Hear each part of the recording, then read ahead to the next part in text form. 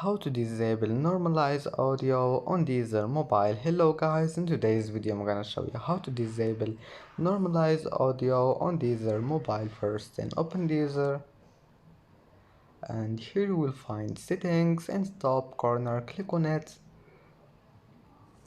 and then here you will see audio.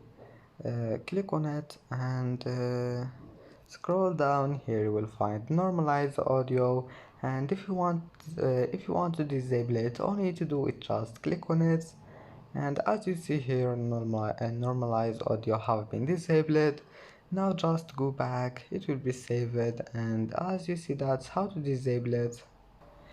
And that's it for today's video. Don't forget like and don't forget subscribe, and thank you for watching this video until the end and see you in the next video.